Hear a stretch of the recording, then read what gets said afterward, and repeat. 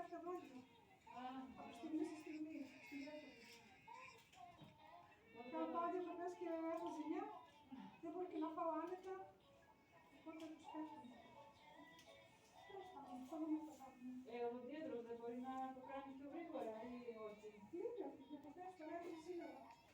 Οπότε ναι. Είπανε, δεν είναι, γιατί λείπει και παίρνει κόστος, δεν μπορεί να αναλάβει.